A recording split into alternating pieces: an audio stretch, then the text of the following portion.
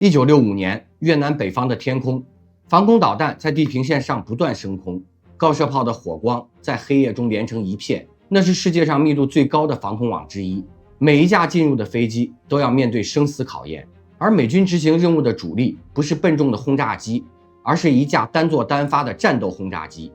体型庞大却必须硬闯火网。它的名字是 F-105雷公，飞行员口中的 SAD。冷战时期，美国空军最沉重的赌注。为什么美国要造这样一架庞然大物？为什么它会在越南战场上付出如此惨烈的代价？而它最终留下的遗产又如何变成了未来的空战规则？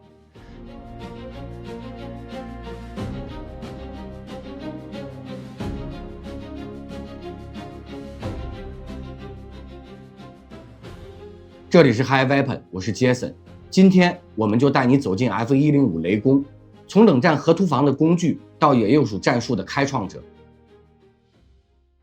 1950年代，美苏冷战全面升级，此时的美国空军担忧一个现实：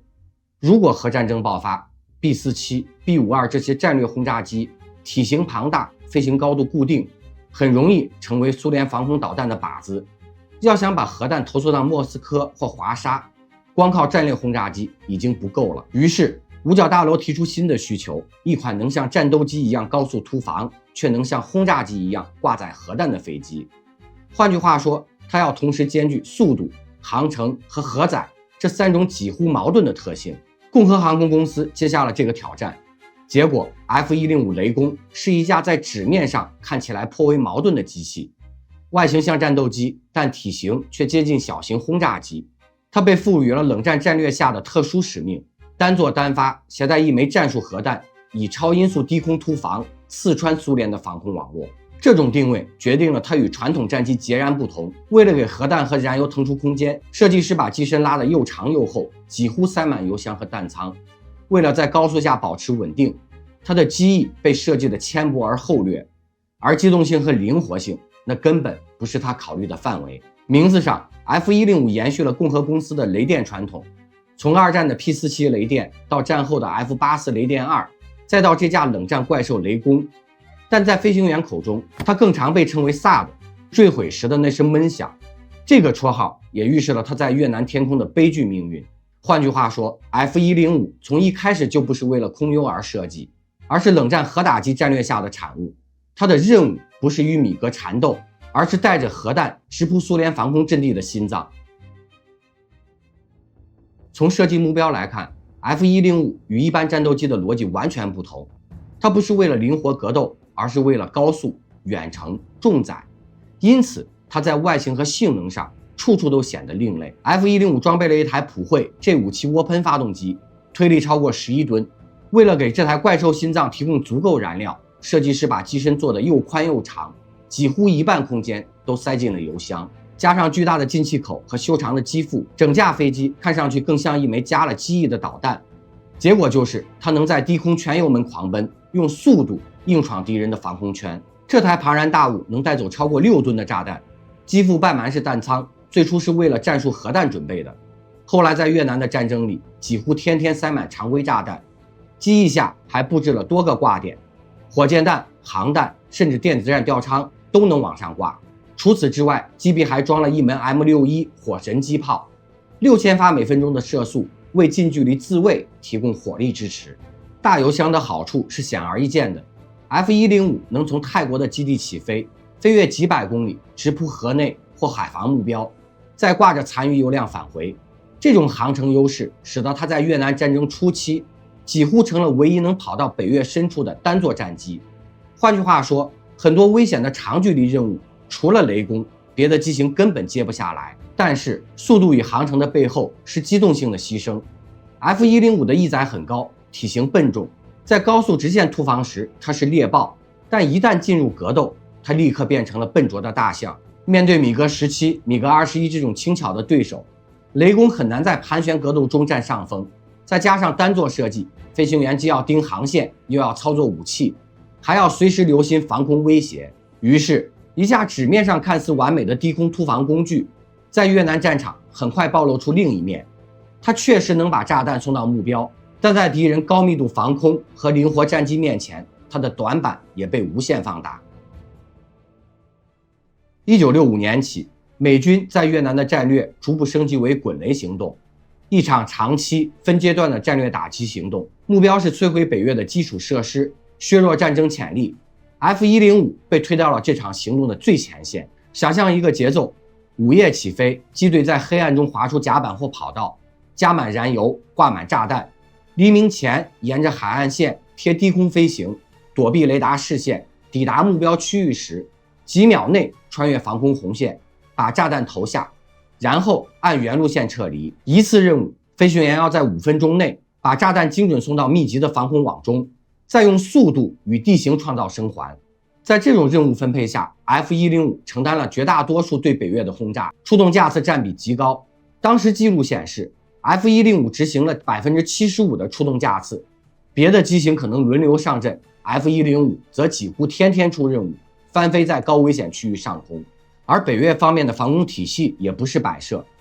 高射炮密集，火控严密。更可怕的是苏制 S-2 地对空导弹的出现，它能在高空拦截来袭机群，给低空高速突防也带来新威胁。再加上机动灵活的米格战机， F-105 在遭遇这些威胁时暴露出结构性的弱点：体重大、机动差、单座负荷高，一旦被雷达锁定或被弹片击伤，生还希望就会骤降。损失数据令人震撼， F-105 共生产约833架，越战中损失约382架，这是个极高的损耗率。很多飞行员从例行出击变成了明天还能不能回来的赌注。这种高强度的出动与高损耗，使得 F-105 在越南被很多飞行员戏称为战争消耗品。但数字之下是一条又一条活生生的飞行员故事。许多飞行员在出击前会做同样的祈祷，检查燃油，检查弹药，再检查一次座舱。起飞前的笑谈里藏着紧张，而返回基地时常见的场景是一架架受损飞机拖着斑驳的机身降落，航电被打坏，油箱被打穿，机身上到处是炸弹和弹片留下的痕迹。那些幸运回来的飞行员脸上带着疲惫和阴影，那些没有回来的名字成为基地酒吧里永远的沉默。 F-105 的战术也在不断改变，单纯的低空突防在高密度防空网面前效果递减，于是指挥部开始混合编组，用更高的护航战机，使用电子干扰机，安排多架次压制，在目标区制造短暂的突防窗口。但这些手段并不能彻底改变一个事实：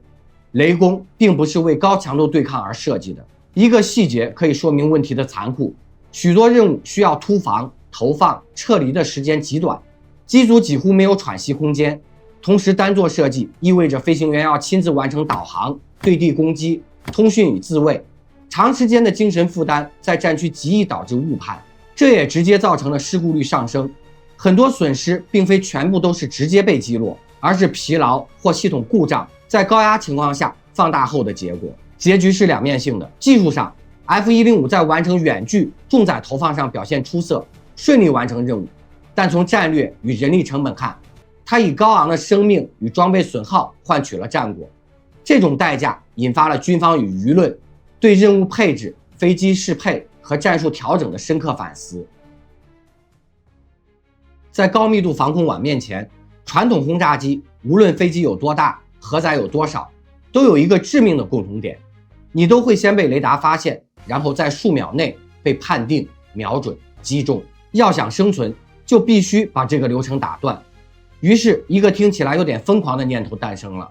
不再躲避雷达，而是引它出来，然后一举摧毁它。这就是野鼬鼠的初衷，把飞机改造成雷达的诱饵与猎手。F-105 成为野鼬鼠的原因，恰恰是它那块可以塞东西的大肚腩，足够把电子战设备、接收器、干扰器和反辐射导弹装进去。这项任务充满了悖论与勇气。野鼬鼠必须把自己暴露在敌方最致命的注视之下，去吸引火力。飞行员们常说，执行野鼬鼠任务需要一种既冷静又疯狂的心态。你要在雷达光束下保持理智，同时又要无所畏惧。许多传奇性的个人故事和战术技巧就在这些任务中形成。如何在被锁定瞬间识别频率、切换对策、果断发射 ARM？ 如何在被导弹击中后用机动和大油门把飞机拉回基地？野鼬鼠确实改变了战场节奏，它们能临时压制雷达，减少有机在特定时间窗口内被锁定的几率。越来越多的任务开始编入野鼬鼠，作为清扫队在前方削弱敌防空能力。F-105G 的引入使得这一战术更加系统化，它拥有更多的电子设备、更强的武器负载与更成熟的操作手册。但野鼬鼠也不是万能的，技术在进步，雷达也在变化，敌人也学会了假开假关战术、移动雷达、短促开显等反制手段。野鼬鼠任务依然危险，很多被击中的雷公正是在执行压制任务时牺牲的。尽管如此，这种主动出击的思路直接奠定了后世压制敌防空作战的核心原则，以电子攻防与专用武器为手段，把敌方防空系统逐一解除或欺骗，从而保证制空与打击任务的相对安全。野鼬鼠的战术试验和实战经验催生了后续很多专业化平台与武器，更先进的反辐射导弹，更灵活的电子战飞机，如 F4 鬼怪，以及后来 F16 等专门承担压制敌防空和摧毁敌防空任务的改装机型。F-105的试金石地位在这里体现得尤为明显，它把一种战术从概念推到了实战，证明了电子战不是花边，而是现代空战的核心组成部分。雷公的故事带着强烈的矛盾性，它在设计之初是冷战战略下的核突防工具，却在越南变成了常规轰炸的主力，结果它既是技术成就的象征，也是战略错位的牺牲品。从负面看， F-105的定位几乎与实战脱节，本来为核战准备，却被拉去执行高强度的常规轰炸任务。笨重的体型和单座的操作负荷，在北越密集的防空火力下变成了致命短板。833架生产，损失382架，这不仅是冷冰冰的数字，更是飞行员生命付出的代价。可以说，雷公把战略错配的代价写在了天空里。但另一方面， F-105的遗产同样深远，正是它在越南的惨痛经历，逼迫美军开创了压制和摧毁敌防空的作战理念。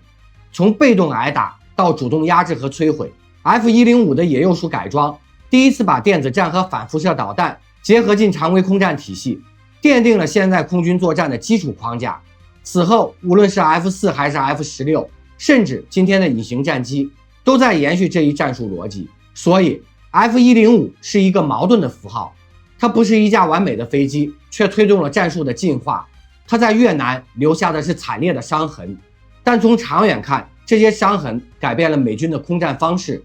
正因为有雷公的牺牲，后来者才懂得，在防空火网面前，速度和火力远远不够，真正的突破口在于电子战与压制。回顾 F-105 的一生，我们看到的不是一架简单的战机，而是一段冷战逻辑与越南现实之间的碰撞。F-105 本身并不算成功，但它开启的压制和摧毁敌防空战术体系，